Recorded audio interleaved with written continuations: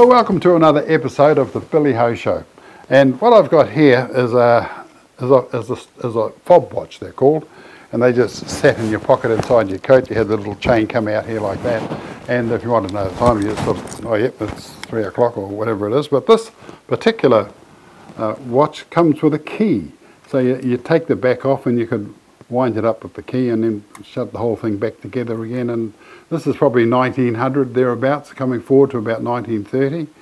And then when I got a job in the Matahina board mills, you get a little fob watch like this, and we had a little leather pouch that sat on your belt. And you just flick it up and you put your little watch in it, and that was that. But as time went by and you had a watch, you could also get a little leather strap that went round and a little leather cover over it, and it just sat on your watch like that. You want to know the time, you just pull it back. Oh yes, but it just stopped your watch from getting wrecked and what have you while you're working in the bush. So there you go. Really old, not so old. We're going to start with day 5 of the Mahindra 4x4 trek, where we head up a river towards Napoleon Hill. But before we start each day, I have what we call morning talk. Well, good morning. Every morning we have what we call morning talk, which is an opportunity for everybody to sort of have their say and describe how they felt about the day before, and any complaints or issues to be sorted, or else they have to forever hold their peace. So today folks, we're going to Napoleon Hill tunnels, and plan F is we'll go straight to the tunnels and enjoy them. And if it is possible to get under the bridge on the way there, we'll go under the bridge and go up the river to the tunnels, which is an interesting drive. And I just have to make sure that the level of the river's okay. So that's plan A. Plan B for that is to go around through the farm, and when we get to the river we turn right and go the other way, and we'll still end up at the tunnels. So one way or the other we're going to end up at the tunnels. So the first tunnel is about 120 metres long. We'll go through that and then make our way up to the second tunnel, which is about 70 metres I suppose, and it's still got its old railway tracks and what have you in it, so you just got to be careful you don't sort of damage your wheels or something on those railway tracks. But anyway, and then after that we'll turn around and come back, and when you get back to the main tunnel you can go to the right and up over a slippery hill. You can go to the left and go back through the tunnel, down into the river again, and we'll make our way whichever way we came. We go back the way we came.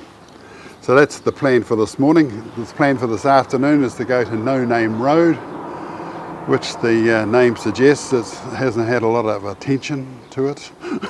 So it was, last time we went up that way somebody put a great big pile of dirt there, so we might have to climb over it or under it or go around it or dig a tunnel, whichever is the fastest. We might not be able to get past it all, but anyway we'll go up there and have a look. Then after that we'll go to, before that we get to Greytown for refuelling and a bit of shopping, and we've got to do something at the post office. And then No Name Road, and then after that we head our way down to Harry where we'll be staying for the night. Harry's an interesting place. It's got about six buildings and a pub, quite a big pub. So they must have been building like Big Brother scheme back in the day. They needed a pub at Harry, so they built one. Good old government. Anyway, so that's pretty much the plan for today. Anybody got any moans or groans? You're forever holding your peace there? Yep, right. Now we come to the interesting part, and what we've got here is a little character called Gruber. And Gruber has to sit on the dashboard or somewhere visible in the truck of the person who receives them. And if anybody asks, oh, what's that soft toy for, they've got to explain why they've got them. And so this is a terrible event that you have to do to receive Gruber. But before that, I've got a couple of badges. Now we've got the unhappy one, and that's for misdemeanors, and we've got the happy one for somebody who was happy. So first of all, we've got the sad face, and the sad face today goes to you. Would you like to stand up? So Slim here yesterday spent half the trek making his own bird song.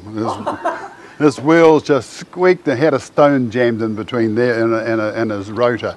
So his wheels squeaked and squeaked and squawked and carried on like a bird. And we all appreciated it for about 10k. So there you go. Do I get the happy one as well? Because I was happy when I got that. Yeah. And so the happy face goes to his wife who was sitting next to him. And she was appreciated all that noise. Oops, sorry. It's funny that Bill thought that noise was coming from the hindrance. Yeah, that's right. I hear the squeak, squeak, squeak, squeak, and I thought, God, I hope that's not me. So I got out, and when we were stopped and it was still squeaking, so, oh, it isn't me. Excellent. Now, Mr. Gruber, has anybody got any contenders they'd like to sort of suggest for Mr. Gruber? Somebody tell a story. Tell a story? Oh, about Brian. Yeah. It's a continuation of yesterday. What did you do? Just when we got to the last lot of oncoming traffic, there was 5 vehicles or more. There was 2 in the front, 1 in the middle. They all got off the track for us really well. They did a very good job, and Slim found out that they were on walkie-talkie as well. So he scanned and found their channel, and we listened to them. And one of our party called them townies. They took offence to it. And they called him a name, which I'm not going to repeat. And I think I did last night though, after a drink. If they catch up with him, they're going to give him a piece of their mind for calling them townies, because it was such insult. Anyway, so we met some trucks coming the other way. There were actually 2 lots. So one lot going and the other lot coming back. But on the way there, we were on the way going. There were 3 trucks in front of us, and they had stopped because there were 2 trucks sort of, coming towards them. And this British fellow, I think he was British, he was very annoyed. He was demanding that these 3 trucks, get out of his way, because he already got out of somebody's way, and because of that, he got himself stuck, and the person he let go carried on, and so he had to get himself out of being stuck, which he was a bit pissed off about. But anyway. And so we turned up behind these 3 trucks, so that makes 8, 9, 10, there's 11 trucks versus 2. So I sort of come up, and what's going on? And these guys said, they want us to get out of the way. And how many of you? 3. Oh, okay. So I said to this English man, listen, there's 16 of us, 16 of us, plus these 3. And he went, oh, okay. So he sort of put himself into the side corner, and we all managed to get by, but he was very grumpy. But and when the 8th truck went by, he was waiting for another 8 more. Because I said 16. No more. Yeah, but that was interesting, because on that big river track, there's little passing bays about every K maybe, and even that's just sort of tucked up right on the side, and you really got to sort of get around the things to get by. But anyway, all's well that ends well. So. We'll go out now on our Napoleon Hill track and enjoy the day. Good on you guys.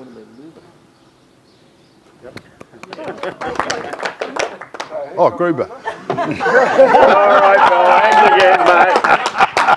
I'll just sort of roll my shoulder. Yeah. From Igimatua, you head south a short way and over a bridge. On the other side of the bridge, you turn left into Waipuna Road. Head along Waipuna Road until you come to another bridge. On the right, just before you cross that bridge, is a gate. You go through that gate and start following the river off to the right.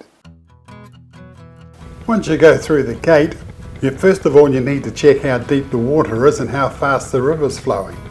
If it's in flood, I wouldn't recommend going, but as it turns out, it's nice and low. The tannin's in the water, which makes that dark colour as we go along.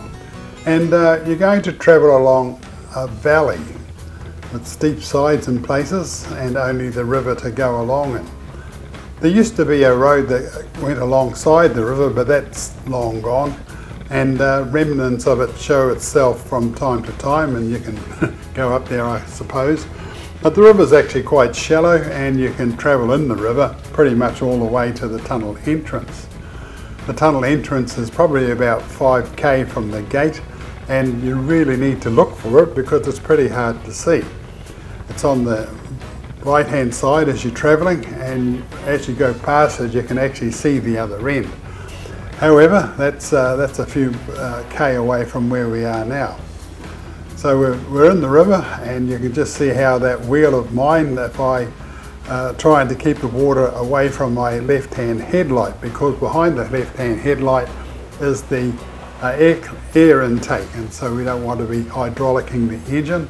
So I've just got to make sure that that water stays pretty much where it is. Both the Mahindras don't have snorkels, so we both have to take care in that regard. The scenery along this route is nothing short of spectacular, really. Not many vehicles would go in, and there's a bit of a tree on the left-hand side there. You've got to go around that. And at a few places, the river almost dries up, as you can see in this case. However, everybody's really keen to sort of stay in the water, so that's what we're going to do. The other Mahindra in front of me there just taking its time and going along. And we're doing exactly the same thing. We're probably about another 200 metres from where we are, and we'll be arriving at the first tunnel, which is about 150 metres long, and everybody's looking to have a bit of a cup of tea when we actually make it to the entrance to the tunnel. So we're almost there, so let's have a few words about the tunnel. Well, we've come up the riverway to Napoleon Hill. The last time I described Napoleon Hill, we had us coming all the way down the hill and through the tunnels. Well, this time we've come up the river, and we're going to attack the tunnel from the other way. But everybody's arrived there, everybody's sort of going, woohoo, looking forward to this, so let's do it. And you can see that tunnel is just up there. It's about 150 metres, give or take.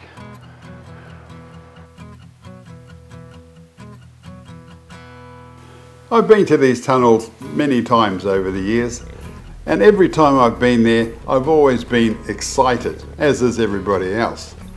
The first tunnel is the longest one, and entering into it is always, as I said, very exciting. You're going into this narrow gap. You can't really see the other end if there's a truck in front of you like this. And it's amazing how all the undergrowth sort of grows to a certain point and then it stops. I guess the sunshine stops shining and the plants stop growing. The floor's got a river running, well, a stream running through it, and it's pretty rocky, so you're going to bounce your way along the tunnel for most of the way. And it's always exciting coming out the other end, because you don't know what the terrain's like. The weather changes over the years, and as you can see, there's rocks and stones and God knows what else all over the place. So we've come up to the second tunnel, and we're going to go through that. It's a way shorter than the first one, and it also has railway lines that were in there back in the day, so you just got to be careful about those sticking up out of the ground. So as you can see, the moss is all the way through this, so the sunlight gets all the way through it. And on the right hand side you can see the remnants of the railway tracks as we're coming out. Those posts sticking up there. And then we've come back down to the main tunnel. We've done our loop, and off to the right there's a track that goes over the hill and crosses the river, so you can bypass the tunnel if for some reason you couldn't get through it. But anyway, we're going to go back into the long tunnel, and we come back out the other end, and then we can enjoy our trip back to the bridge. But going in from the other end is just as exciting as going in from the stream end, and we're following the Mahindra along. And as we get in, it starts to get darker and darker and darker, and then your lights come on,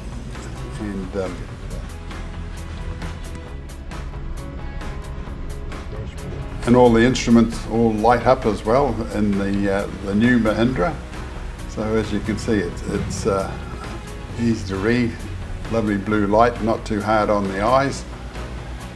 And we're coming out just about the other end. You can see the grass or the foliage starting to appear, all lovely and green. And we'll pop out the other end, having had a wonderful little adventure.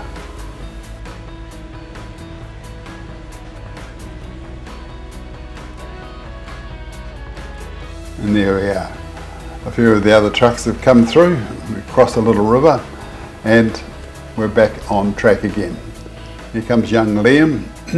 He's thoroughly enjoying himself. He's the youngest member of our little team, followed by Jan and Ralph, and they too have thoroughly enjoyed themselves on this trek as well. Oh, into the water they go.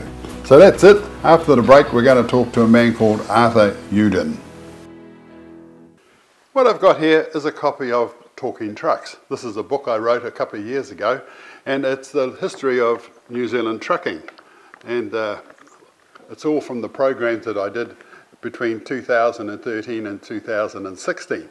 I'm going to let this go for $25. So it's a special. So if you'd like your copy, there's my phone number, 027 277 0717. Just send me a text or email me, billhoheper@extra.co.nz to get your copy.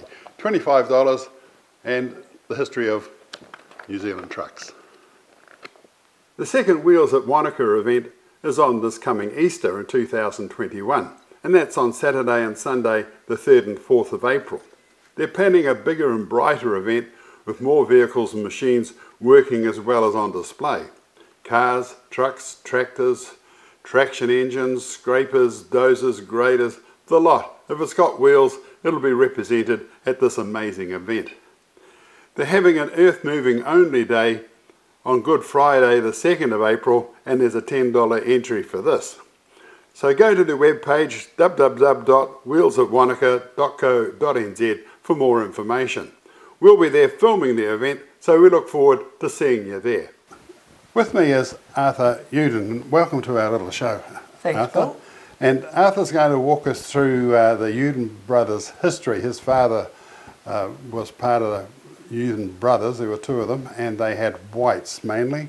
And Arthur's going to talk us through a whole bunch of photographs that take us back to that time. So we'll start with that truck on the screen there, Arthur. Okay then. This was the first one, got sold to Uden Brothers for £5,600. That's a lot of money in 1956. It was. Dad said that everybody told him he was bloody stupid. He was stupid, he would never get the money back. But they did. And the tractor on the back is the old Alice Chalmers HD20. That's worked in the bush? That worked in the bush, but mostly it was roading, and they would work at the head of where the bush gangs were working.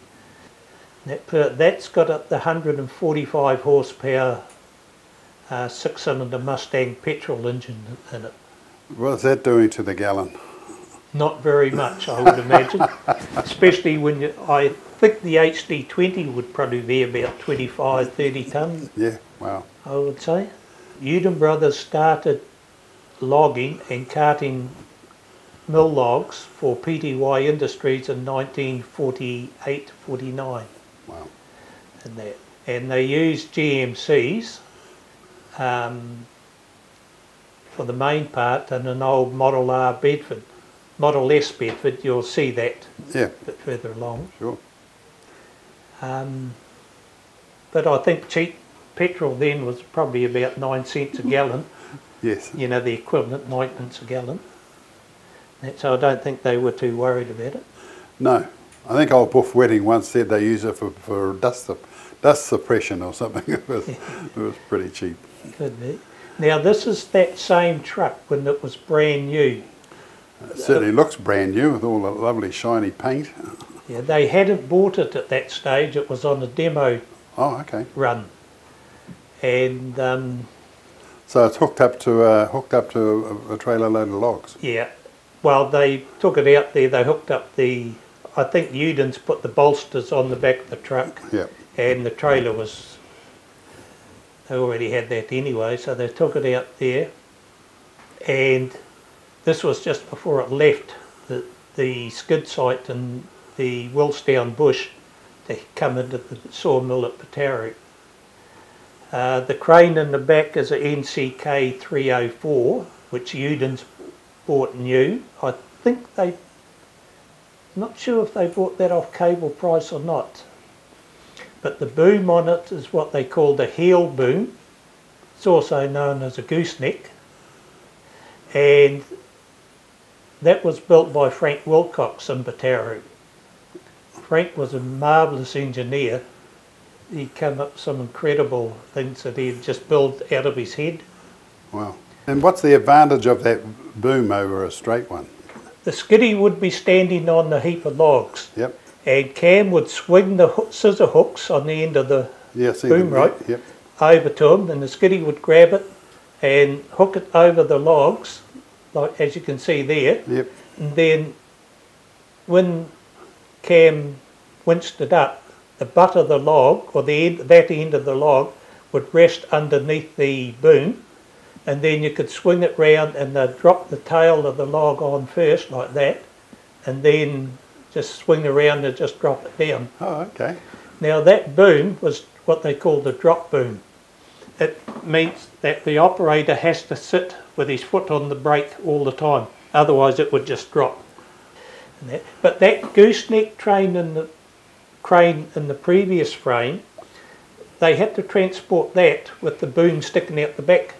Oh, backwards. Oh, yeah. okay. There was some reason it would foul up with the top of the cab if they tried to get it down low enough so that it wouldn't, they could go under power lines and stuff.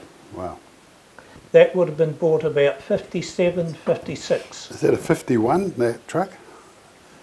The back one? No, the 3000. Is that 1950, 51?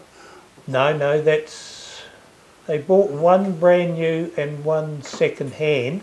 That's a brand new one, number 2, the one that Bill McFarlane drove. Yep. All his time with Udens. And no, so that's about a 56, 57 too. Because they were probably 56, but by the time they got out here to New Zealand. I think they invented them. 1949 was the first one that came out. Yeah, well, you'll see in 1948 white, what they call the old Dray, old petrol-powered one, in one of the later photos. And that's number 3. Snow Lithgow drove that, the long nose white at the back. Yep.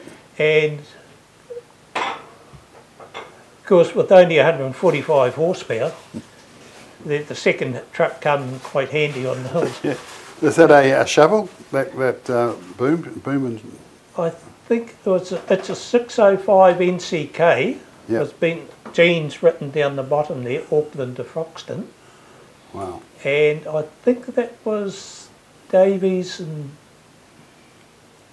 Smith and Davies. Smith and Davies it might be. You'll see another photo of it later on, I think. Wow. Now up the top there it's got written Northwest Loader, number 1 white pushing, number 2. Oh, he's getting a shove up the hill. Yeah, getting the shove up the hill. Has he got a stiff arm on the back of it? Yeah, got a solid bar between the two, yeah. Now that's the original 4 whites they bought. Number 1 on the left, the one in the second from the left was actually number 35, and you got the 2 cab over whites. They had them both by about 1958. Right. The one with the wide width transporter sign on, that's the one you've seen in the previous ones. Right. That was the first one they bought.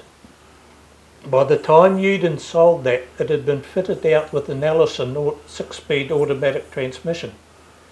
There had been about an 18-month delay getting that in the 1960s, mid-60s, because the US Army had first call on all those transmissions for their APCs.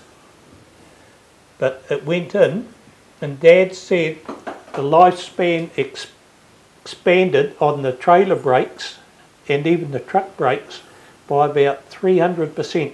Good. Because the retarder in the transmission would hold the truck back, whereas previously you were running, right in the brakes. The second cab over, white 3000 there, number 4, that was driven by Joe Shisker when it was first bought. Dad said if that had been the first white they'd have bought, they would never have bought another one. It gave a lot of trouble. Apparently those original 6 that I mentioned that came out from the States, they had sprayed them with some sort of goo might have been to prevent corrosion or something like that, or a bug killing thing, and it had to be cleaned off when they got back here to New Zealand. Dad's one seems to have been done. Some of the others gave no end of trouble, and I think it affected the electrics, the wiring and bits like that, the radiators and that on them. Wow. Of those original 6 whites, Trevor Deutsch bought the second one. He never had it for long. He had quite a bit of trouble with it. And then the third one went down to the South Island, and I don't know what happened to that or to the others. So those were 4, and there was another long-nosed one they bought later on, number 35, and that was driven by Brian Gide for most of its time. Brian Gide and Gordon White. And there was a 6th one, the old Dray, the old 1948 one. They bought that off a chap Vasey here in Te Awamutu. Oh. And it was a single drive, and then they converted it to double drive. It never got a diesel put into it. It just kept the old petrol. Now this is a one taken about 56, 57, just after they'd built the front of the workshop. That was Dad's 56 Dodge Power Light. That was he said it was the first Dodge in the country with a V8, but I've since heard of 55s that came in with the same V8. That was Uncle Tom's Bel Air, 56 Bel Air, and he said that was the first one to come in the country with a V8. So whether there was a bit of Rivalry going ship, on I there. don't know. Yeah, yeah. That's the old Chev van that I told you about earlier. And the A2 Bedford there, that was their main the logging bushman's transport for probably 20 odd years. Dad said you didn't even know the vehicle, you owned it, because it was gone from the workshop in the morning when the guys come in, yeah. and it came in usually after 5 o'clock when everybody had gone home. And the bushman would just sit in the back of that. And that just went and went and went. The old Bedford there, I think it was a Model S Bedford, Dad referred to it as. That came as a single drive, and they converted that to double drive. But it also had the drive in the front, I think. Did you have anything to do with rubber band drives? No. Uncle Harry talked about, a rubber band drive. We had 2 axles at the back, but Okay. there was a rubber band, sort of like a driving axle from the front one, Yeah. like a rubber I think band. the old Model Ts had something like that, didn't they? But anyway, Uncle Harry talks about a rubber band drive. Okay. But those are the 2 whites you would have seen in the previous one. Sure. And Dad's Land Rover. Right. Yeah. And that was number 2. Again, while it was still petrol powered. That came from out of Coromandel somewhere. What is it? It's a Remu log. Oh, wow. Arthur, what a fantastic history. I mean, it's guys like you that, talk to me and we see all these photographs, which are only way back there. We can't just sort of step back in time and look at this. It's the photographs and the bits of video that people have recorded, during their time, and get to see them and have it all explained to us is absolutely essential to our New Zealand history. And I'd like to thank you very, very much for what you've just done. Thank you for coming, Bill, and thank you for the chance of showing my family and what their granddad and great-grandfather did in his time. And yes, what the things they did, they were, innovators. They had to come to what are we going to do? Oh no, we'll do this, this and this and this. Yeah, good idea, let's do that. So you come up with an idea, you just do it. Well, a lot of the bridges they built and the roads they put in, you couldn't do it nowadays. No, I think if we had to build New Zealand again, we wouldn't be allowed to. No. You wouldn't, and that's dead right. Absolutely. Well, there you go, folks. A great bit of history with Arthur.